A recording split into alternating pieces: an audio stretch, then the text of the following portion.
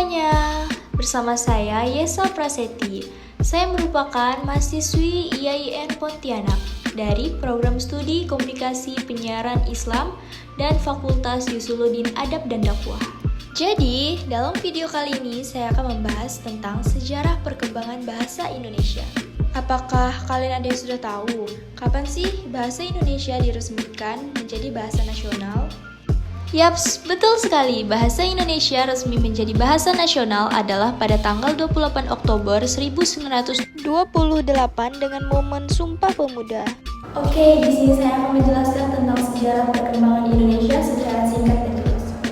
Seperti yang kita ketahui, bahasa Indonesia telah lahir dan diresmikan pada tanggal 28 Oktober 1929.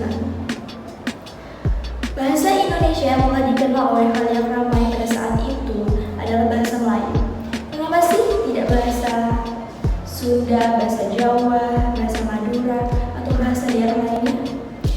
Karena pada saat itu bahasa Melayu adalah bahasa untuk perhubungan antar nusantara, seperti perdagangan, transaksi, seperti itu.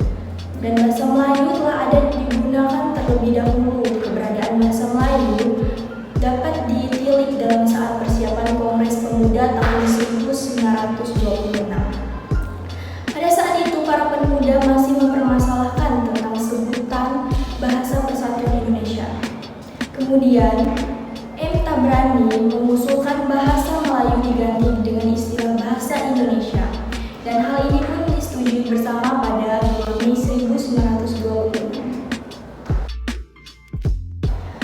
Untuk sejarah perkembangan bahasa Indonesia yang dapat kita soroti melalui zaman Sriwijaya. Pada zaman itu telah menggunakan bahasa Melayu untuk menjadi bahasa pembelajaran kebudayaan. Dan hingga pada saat penyebaran agama Kristen oleh para pendeta dan orang Belanda pada saat masih berada di Indonesia. Bahasa Melayu yang merupakan cikal bakal bahasa Indonesia telah berkembang dengan sangat pesat di Indonesia. Bahkan sebelum bahasa Indonesia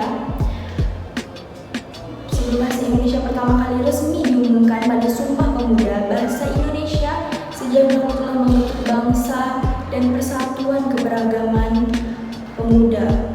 Bahasa Indonesia sejak dahulu telah membentuk bangsa dan mempersatukan keberagaman yang ada di Indonesia, memiliki tingkat kemajuan yang sangat tinggi. Bahasa Indonesia yang merupakan bahasa Melayu yang telah berada di Indonesia sejak saat tahun 1980 membuat Indonesia menjadi lebih kokoh dengan keberagaman zaman dan proses akulturasi. Bahasa Indonesia tetap menjaga keutuhan. Jadi begitulah sejarah perkembangan bahasa Indonesia yang dapat saya jelaskan. Jika ada salah kata mohon dimaafkan. Wassalamualaikum warahmatullahi wabarakatuh.